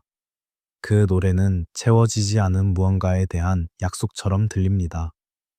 무언가 아주 아름다운 것이 저쪽에 있다는 느낌. 그리고 인간은 그 느낌에 저항하는 것을 가장 어려워합니다. 직접적인 두려움에는 몸이 반응해 도망치지만 아름다운 무언가를 향한 이끌림에는 이성이 마비됩니다. 세이렌의 전략, 루살카의 전략, 로렐라이의 전략이 모두 같습니다. 다가오게 만드는 것, 우는 그녀는 다른 방식으로 끌어당깁니다. 고통에 처한 존재를 돕고 싶은 인간의 본능을 자극합니다. 강가에서 여성이 울고 있다면 가까이 가야 한다는 충동이 일어납니다. 무슨 일인지 물어봐야 한다는 생각. 이 선함, 이 공감이 때로는 경계를 무너뜨립니다. 켈트의 반시는 울음소리로 죽음을 예고하며 그 소리를 들은 자는 운명에서 벗어나지 못합니다. 슬라브의 루살카 이야기 중에는 홀로 울고 있는 루살카를 위로하려 한 남자가 결국 물속으로 끌려 들어간다는 전승도 있습니다. 공감이 경계를 녹이고 그 녹아든 경계 너머에 심연이 기다립니다. 그리고 머리를 빗는 그녀. 이 이미지는 가장 조용하지만 어쩌면 가장 깊은 상징을 품고 있습니다. 머리를 빗는 행위는 준비의 의식입니다. 무언가를 위한 준비. 로렐라이가 라인강 절벽 위에서 황금 빗으로 황금 머리를 빗을 때 그 아래를 지나던 뱃사공들은 넋을 잃고 바위에 부딪혔다는 이야기. 이 장면에서 그녀는 단지 앉아 있을 뿐입니다. 아무것도 하지 않는 것처럼 보입니다. 그러나 그 아름다운 무심함 속에서 재앙이 일어납니다. 이것이 이 이미지의 공포입니다. 그녀가 의도하는지조차 불분명합니다. 그저 그녀가 거기 있다는 것만으로 충분합니다. 머리를 빗는 그녀는 인간 세계로 들어오기 직전의 모습일 수도 있습니다. 아니면 인간을 경계 밖으로 불러내기 직전의 의식일 수도 있습니다. 그 경계선 위에 그녀가 있습니다. 이쪽도 저쪽도 아닌 자리에서 그 경계성 자체가 위험을 만들어냅니다. 이제 한 가지 가능성을 조용히 서두르지 않고 꺼내봅니다. 이 민속적 잔재들이 혹시 더 오래된 존재들에 대한 흐릿한 기억을 소규모 공동체가 자기 방식으로 보존한 흔적일 수 있을까요? 문명의 중심부에서는 에녹서나 창세기 같은 형태로 기록되었을 무언가가 변방의 마을에서는 자장가와 경고와 금기의 형태로 남았을 수 있을까요? 이것은 증명이 아닙니다. 이 가능성을 역사적 사실로 제시하는 것은 이 이야기의 정직함을 해칩니다. 그러나 조용한 독해의 가능성으로, 생각의 여지로 이것은 충분히 머물 자리가 있습니다. 생각해보면 기억이 전달되는 방식에는 두 가지가 있습니다. 하나는 문자를 통한 보존입니다. 정확한 단어로, 정확한 이야기로. 그러나 이 방식은 글을 아는 소수만이 접근할 수 있었고, 왕조가 무너지거나 도시가 불에 타면 함께 사라졌습니다. 다른 하나는 행동과 경고를 통한 보존입니다. 이야기의 내용은 잊혀도 그 이야기가 가르친 행동 양식은 남습니다. 저 물가에 가지 말라는 경고는 왜 가지 말아야 하는지에 대한 이야기가 사라진 뒤에도 살아남습니다. 경고 그 자체가 이유보다 더 오래 전해집니다.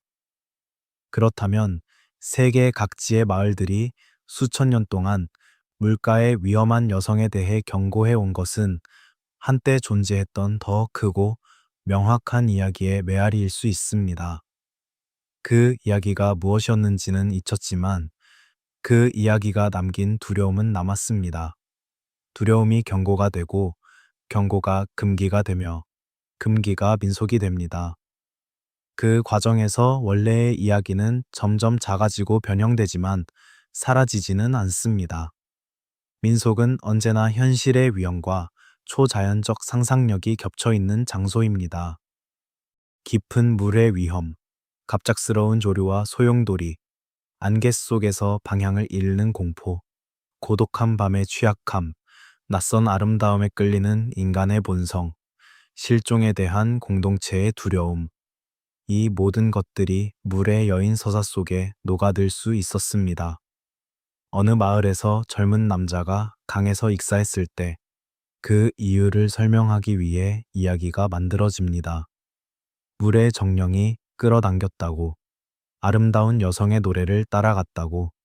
이 이야기는 슬픔을 담는 그릇이 되고 동시에 다음 세대에 대한 경고가 됩니다. 그러나 여기서 주목하고 싶은 것은 그 이야기가 왜 항상 특정한 형태를 취하는가입니다. 익사 사고를 설명하는 방법은 많습니다. 물이 깊었다고 말할 수도 있고, 조류가 강했다고 말할 수도 있으며, 수영을 못했다고 말할 수도 있습니다. 그러나 수많은 문화들이 아름다운 여성, 노래, 유혹이라는 설명을 선택했습니다.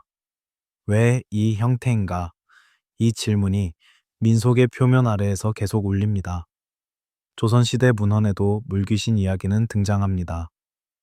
물에 빠져 죽은 자의 혼이 살아있는 사람을 끌어들인다는 이야기, 강을 건너는 나그네를 발목을 잡아 수중으로 끌어당기는 존재에 대한 전승. 그런데 그 물귀신이 여성으로 묘사될 때 그것은 단순히 불쌍한 원혼이 아닙니다. 아름답고 젊고 슬프지만 동시에 위험한 존재. 이 복합성이 한국의 물귀신 전승에도 깔려 있습니다.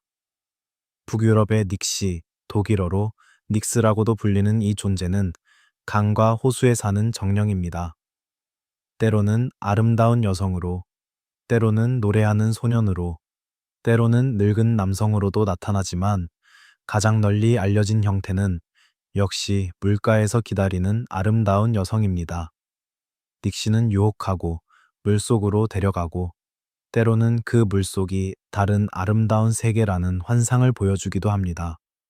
죽음이 또 다른 세계로의 입구처럼 느껴지게 만드는 것. 이것도 우리가 앞에서 살펴본 세이렌의 구조, 알고 싶은 것을 알려준다는 약속과 닿아 있습니다. 핀란드의 전승 속 베시이 씨는 물의 악령으로 특히 어린아이들을 물로 끌어들인다고 합니다. 중국의 수기, 물에 빠져 죽은 자의 원혼은 다른 희생자를 찾아 헤맨다는 전승이 있습니다. 인도의 여러 지방에서는 강에 사는 여신들이 아름다운 처녀의 모습으로 나타나 남성들을 유혹한다는 이야기가 전해집니다. 말레이시아와 인도네시아의 전승에는 폰티아낙이 있습니다. 출산 중 사망한 여성의 귀신, 나무 위에서 아름다운 목소리로 남성을 부르는 존재, 그리고 가까이 다가간 자를 파괴하는 존재. 이 존재들은 각각의 문화 맥락 안에서 고유한 의미를 가집니다. 폰티아낙을 세이렌과 동일시하는 것은 무리입니다. 그들 사이의 차이는 그들 사이의 유사성만큼이나 중요합니다. 그러나 그 차이를 존중하면서도 어떤 공통된 리듬이 흐르고 있다는 것을 부정하기도 어렵습니다. 물, 여성, 아름다움, 목소리, 유혹, 그리고 경계 너머. 우리는 이 이야기들을 두 층위에서 동시에 들을 수 있습니다. 첫 번째 층위는 실제 자연 환경에 대한 공동체적 경계의 목소리입니다. 물은 위험합니다. 특히 밤에, 특히 혼자, 특히 아름다운 것에 정신이 팔렸을 때, 이 경고를 가장 효과적으로 전달하는 방법이 이야기입니다. 그리고 가장 기억에 남는 이야기는 아름답고 두려운 것에 대한 이야기입니다. 이 층위는 완전히 설득력이 있습니다. 두 번째 층위는 더 오래된 무언가의 변형된 기억입니다. 홍수 이전의 세계 혹은 그 이후로도 완전히 사라지지 않은 무언가에 대한 희미한 인식, 그 인식이 세대를 거치며 언어를 거치며 문화를 거치며 변형되어 마침내 할머니의 경고가 되고 자장가의 한 구절이 되고 어촌의 금기가 되었을 가능성. 이 층위를 증명할 방법은 없습니다. 그러나 그 가능성을 생각할 때 세계 각지의 민속이 왜 이렇게 비슷한 형상을 반복하는지에 대해 다른 눈이 열립니다. 물가에서 머리를 빗는 그녀를 다시 생각합니다. 그녀는 기다리고 있습니다. 무엇을 기다리는지 모르지만 그 기다림이 천년을 이어왔습니다. 마을마다 다른 이름으로, 다른 강가에서, 다른 언어로 말하는 사람들에게 그녀는 계속 나타났습니다. 노래하고 울고 머리를 빗으며. 신화는 때로 신전에서 보존되지만 더 오래 남는 것은 부엌과 강가와 자장가 속의 경고입니다. 제사장은 이야기를 정리하고 다듬지만 어머니는 아이의 손을 잡습니다. 왕의 기록과는 역사를 쓰지만 할머니는 밤마다 같은 말을 되풀이합니다. 저 물가에는 가지 말거라. 이 반복이, 이 부드럽고 끈질긴 반복이 수천 년을 건너왔습니다. 문명은 그녀들의 이름을 달리 불렀습니다. 세이렌, 마미와타, 루살카, 닉시, 닝교, 반시, 물귀신, 폰티아낙. 그러나 마을들은 언제나 같은 방식으로 그녀들을 두려워했습니다. 밤의 물가에서 노래하는 아름다운 존재, 그 노래를 따라가면 돌아오지 못하는 존재. 이름이 달라도 두려움은 같았습니다.